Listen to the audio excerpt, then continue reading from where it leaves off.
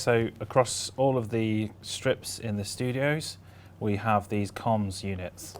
It allows us to talk through to the different departments in the gallery, but it also allows us to talk through to the studio managers and the camera positions in the studio stage area.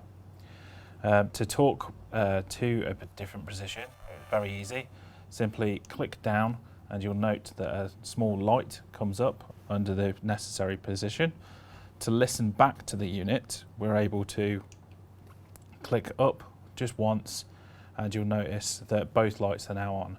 This means that the appropriate station can talk through to us when we will be able to hear them, but we can also talk back to them. If we wish to just simply do one command, we can hold the tally down, let go, and you'll notice that the talk comes off. If we need to adjust the volume, we just change the volume select dial